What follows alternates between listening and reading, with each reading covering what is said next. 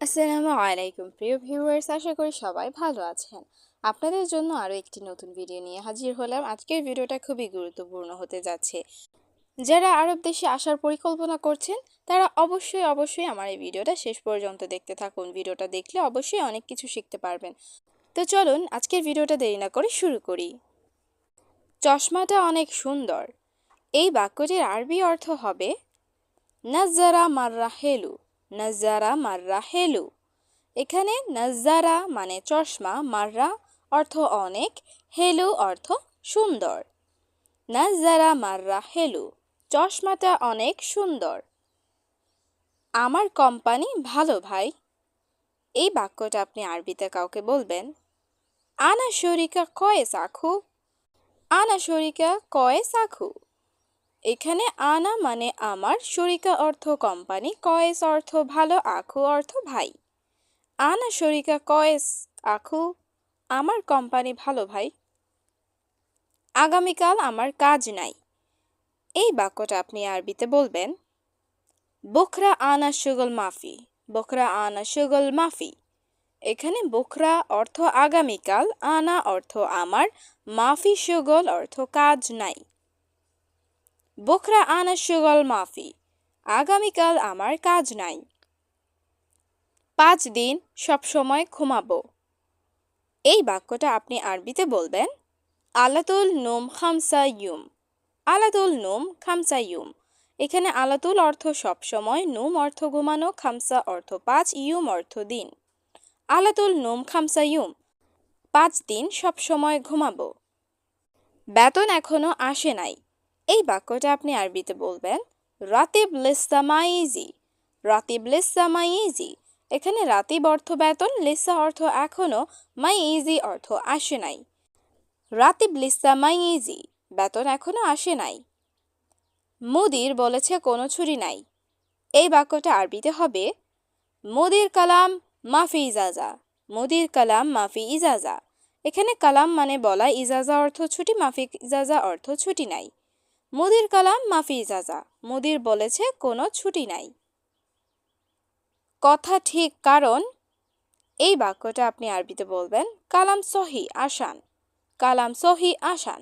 এখানে কালাম মানে কথা, সহি মানে ঠিক, আসান অর্থ কারণ। কালাম সহি আসান, কথা ঠিক কারণ সব লোক প্রবাসী। এই বাক্যটাকে আপনি আরবিতে বলবেন কুল্লু নফর আজনবী। কুল্লু নফর আজনবী। এখানে কুল্লু মানে সব, নফর মানে লোক, আজনবী মানে প্রবাসী। কুল্লু নফর আজনবী, সব লোক প্রবাসী। আগামীকাল আমার কাজ আছে। এই বাক্যটিকে আপনি আরবিতে বলবেন বুকরা আনা শুগল মৌজুদ। বুকরা আনা শুগল মৌজুদ। এখানে বুকরা মানে আগামীকাল, আনা মানে আমার, শুগল মানে কাজ, মৌজুদ মানে আছে। বুকরা আনা শুগল মৌজুদ, আগামীকাল আমার কাজ আছে। সে অনেক আরবি জানে। এই বাক্যটা আরবিতে হবে হুয়া কাতির মালুম আরবি। হুয়া কাতির মালুম আরবি। এখানে হুয়া মানে সে, মালুম মানে জানে, কাতির মানে অনেক। হুয়া কাতির মালুম আরবি, সে অনেক আরবি জানে।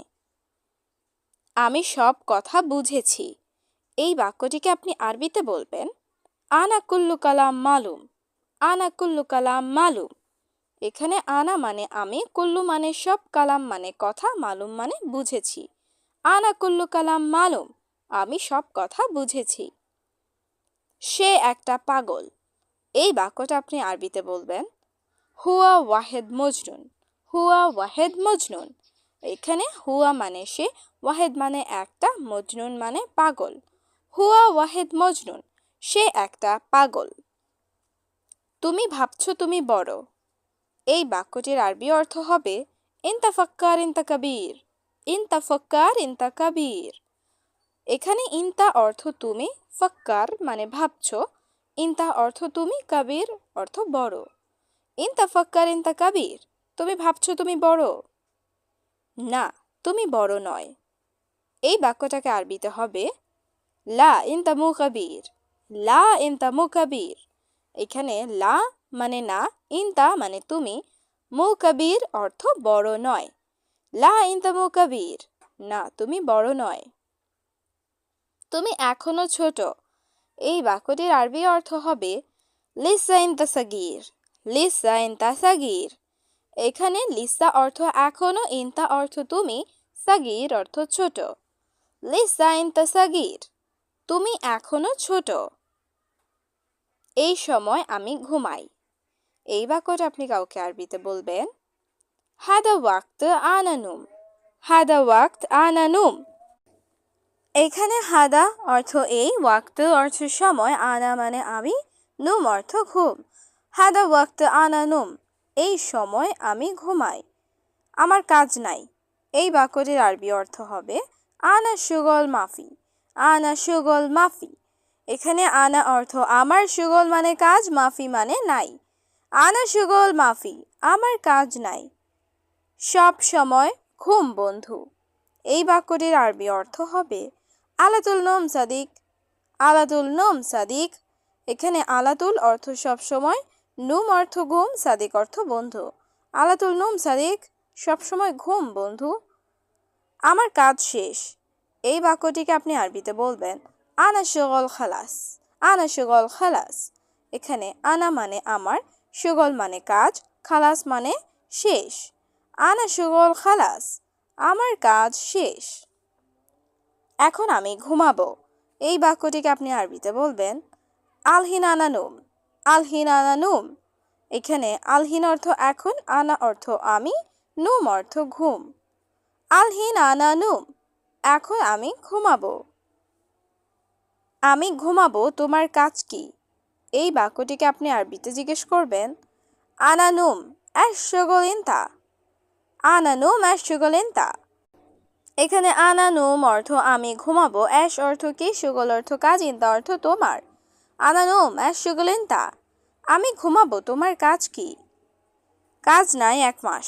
এই বাক্যটির আরবি অর্থ হবে শুগল মাফি ওয়াহেদ শাহার। শুগল মাফি ওয়াহেদ শাহার। এখানে শুগল অর্থ কাজ, মাফি অর্থ নাই, ওয়াহেদ অর্থ 1, শাহার অর্থ মাস। শুগল মাফি ওয়াহেদ শাহার, কাজ নাই 1 মাস। ভাই তাড়াতাড়ি যাও। এই বাক্যটিকে আপনি আরবিতে বলবেন আখু সুরা সুরা রোহ। আখু সুরা সুরা রোহ। এখানে আখু অর্থ ভাই, সুরা সুরা অর্থ তাড়াতাড়ি, রোহ অর্থ যাও। আখু সুরা সুরা রোহ, ভাই তাড়াতাড়ি যাও, তুমি দেরি করো না। এই বাক্যটিকে আপনি আরবিতে বলবেন ইনতা মাফি তাখির। ইনতা মাফি তাখির। এখানে ইনতা মানে তুমি, তাখির অর্থ দেরি করা, মাফি তাখির অর্থ দেরি করো না। ইনতা মাফি তাখির, তুমি দেরি করো না। তোমাকে অনেক দিন দেখি না। এই বাক্যটিকে আপনি আরবিতে বলবেন ইনতা কাতির ইয়ুম মা ফি শুফ। ইনতা কাতির ইয়ুম মা ফি শুফ। এখানে ইনতা অর্থ তোমাকে, কাতির অর্থ অনেক, ইয়ুম অর্থ দিন, মা ফি শুফ অর্থ দেখি না। ইনতা কাতির ইয়ুম মা ফি শুফ, তোমাকে অনেক দিন দেখি না।